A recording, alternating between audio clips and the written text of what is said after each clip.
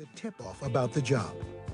WHEN TV5, now WTVH, was adding a 6 p.m. broadcast to their Saturday and Sunday schedule and was pulling together a full news team, an anchor, sports guy, and a weather forecaster. The news director at WHEN, the CBS affiliate, had a budget for a, quote, college kid or a drunk, end quote, which is why I was allowed to audition for the weekend weather gig in the first place. To be clear, I was a college student, not a drunk. I was never a stand around with a brewski chatting about sports with the guys kind of guy. Other than the occasional glass of fruit punch at the Rathskeller, our college bar, it would be many years before I started drinking in earnest. By the time I was introduced to some of the finer libations, the Pim's Cup, the Gatsby-esque gin and tonic, the where have you been all my life deliciousness of the Aperol Spritz, I was married and had 3 children. Dr. O'Donnell, or Doc, as all the students called him, was an excellent professor, but his notoriety around campus came from his second job, his side hustle.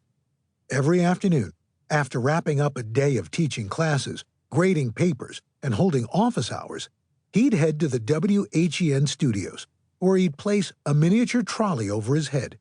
It covered everything except his eyes, which peeked out of the trolley mask like eerie little globes. His nose, covered by a red bulb, was the trolley's headlight. He strapped a little cow catcher beneath his chin, and his transformation from distinguished department head to Mr. Trolley of the Magic Toy Shop was complete.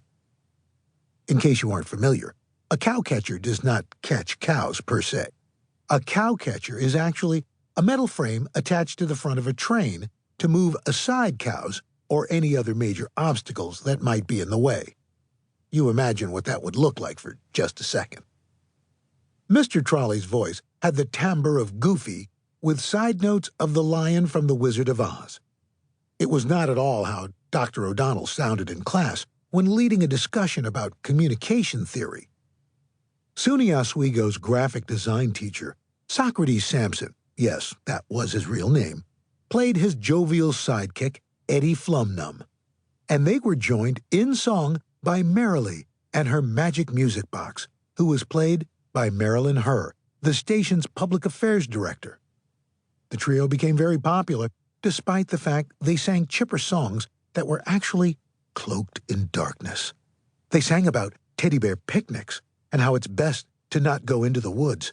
And dear God, if you do go, don't go alone. Really, please, everyone, just stay home. Apparently, back in the 1960s and 70s, terror was the way to get children to tune into a TV show.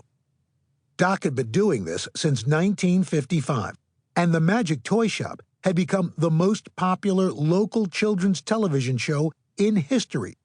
No one has beat it to this day. Years later, Doc O'Donnell would say, "Al, say what you will, but that trolley paid for my kid's college." Andy Brigham, the news director at WHEN, had asked Mr. Trolley if any of his students might fit the bill.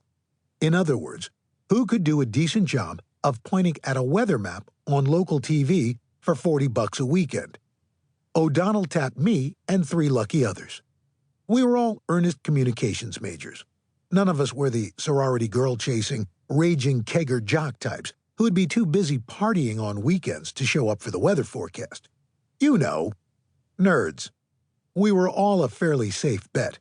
We took turns practicing our weather forecasts using 2 large maps made for us by none other than sidekick extraordinaire Eddie Flumnum himself. We switched back and forth between the map of the United States and a New York State map. We practiced pointing while speaking to the camera, swooping our hands down to the map to emphasize low pressure. Rain is coming! Resist the allure of suede, people! Then we'd try it again, this time adding our most dazzling smiles. We kept pointing, speaking, smiling, until Doc O'Donnell felt satisfied with our performances. Finally, we each recorded a tape of our forecast for the news director in the studios of Lanigan Hall.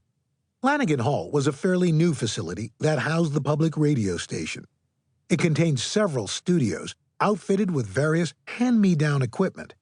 But for an AV nerd from Queens who had never seen so much equipment in one place, my mind was blown. Tape